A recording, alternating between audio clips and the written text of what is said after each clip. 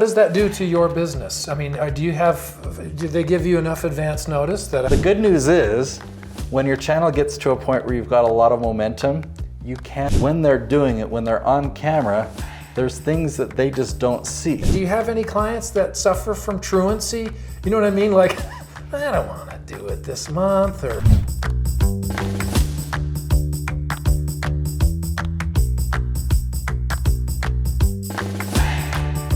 Yeah, let's talk about coaching, because that's one of the things that you provide, and it's probably one of the most important things.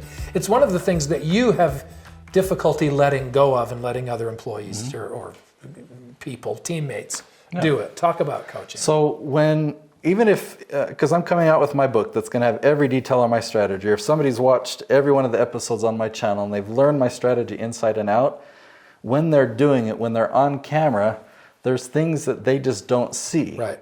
So when you have somebody else, whether it's myself, whether it's one of our videographers, or whether me and my team are looking at their videos afterwards, we can see things and make recommendations so that we can improve. So that's a big advantage of having somebody help you do it versus doing it on your own, is people will be able to give you that feedback and help you really accelerate the progress that you're making. You will make progress on your own, but it'll be faster when you've got somebody guiding you. Yeah. No missing ingredients. What does that mean? So because I have this vision for the end result, I can kind of see the path. I can see all these stepping stones to get there. And so even when somebody that I've taught, like years ago before I offered my done-for-you service where we kind of held your hand, I would teach them the strategy and they would go and start implementing it, but they would not do every little ingredient. Yeah. They would only be posting one episode a week, or they would do their intro differently, and it's like, Nate, I'm following your strategy, and I'm like, but you're missing some ingredients. Yeah. So that's really why I created my done for you service, is like, I'm just going to hold your hand, force you to do this many episodes, do it this way, and we're going to stick to it for a year. I really do have them sign a year-long contract saying, this is what's going to happen, and I have a 50% say.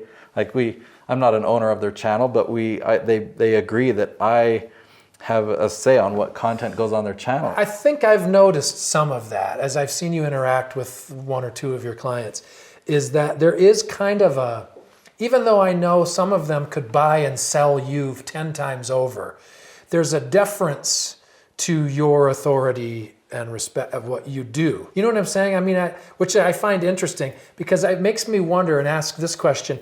Do you have any clients that suffer from truancy? You know what I mean? Like, I don't want to do it this month, or I'm not going to do it this month. I mean, what do you say to that absolutely. As the principal? You know here's the reality. Noelle Randall, case study that I've shared, super, super successful. Yeah. 18 months in, her channel is bringing her a lot of business revenue. And she says, Nate, I want to keep this channel going, but I can't. Like, how can we modify this? The good news is, when your channel gets to a point where you've got a lot of momentum, you can scale back. Like on Noelle's channel, depending on, we're helping her with a couple different types of content. We're either only launching 2 or 3 episodes a week now instead of 5. And you participated with an interview series with her. Yeah. So it's like, when you get to that point, the good news is, this aggressive approach doesn't have to last forever. Do it at least a year. If you can hold out for 2 years, then perfect. But you should have enough momentum at that point that if you want to scale back, you'll notice watching my channel, I've scaled back. I don't launch 5 episodes a week anymore on my channel. Right.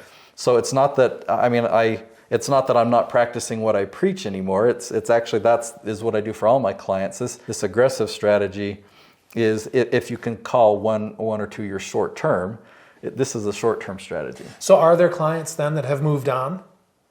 That have said, okay, we've reached where I need to be, and I don't want to keep paying 6 figures a year, yeah, blah, blah, blah. I'll bring up John Cristani. Okay. We just, and Stan the Annuity Man. John Cristani. It sounds like you made those names up, but I'll take your word for it. You can look them up. John Cristani. I've got one. Phyllis Boondecker. No. That was made up. Okay, sorry. So John, he had been trying to build a YouTube channel. He's an expert of paid traffic and affiliate marketing. And he had tried to send a lot of paid traffic to his YouTube channel. He grew it to like 60,000 subscribers, but it was just kind of empty. There was no comments, there was no ad revenue, no engagement, no lead generation for his business. So he saw what we did and he's like, all right, Nate, let's do this. So in a year, we grew it, I think, to about 250,000 subscribers. It was generating lots of leads. His ad revenue was like 5-figure range monthly.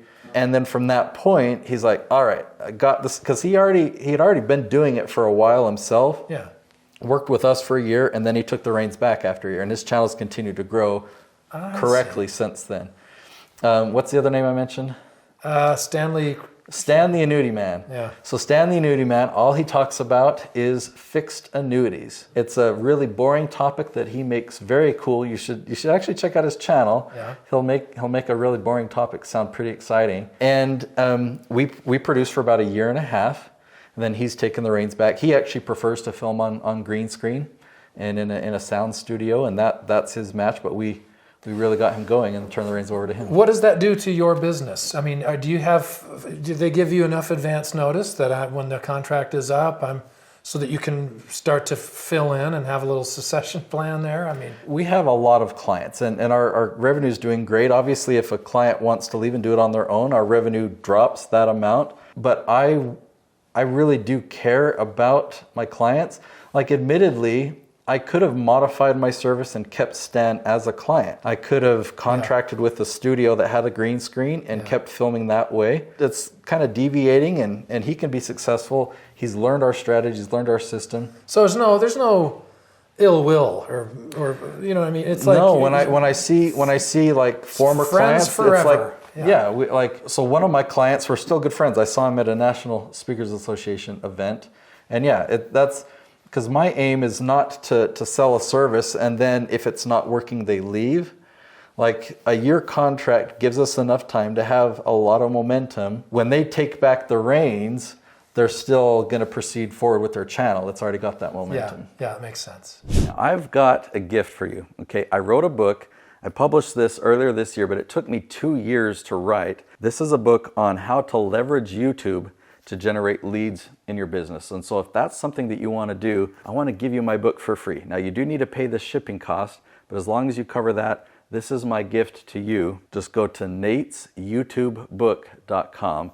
I know if you read this book, you'll really be able to do what I've done on over 50 different YouTube channels and really leverage YouTube to generate leads. I've helped channels produce 7 and 8 figures just from following this strategy. Enjoy.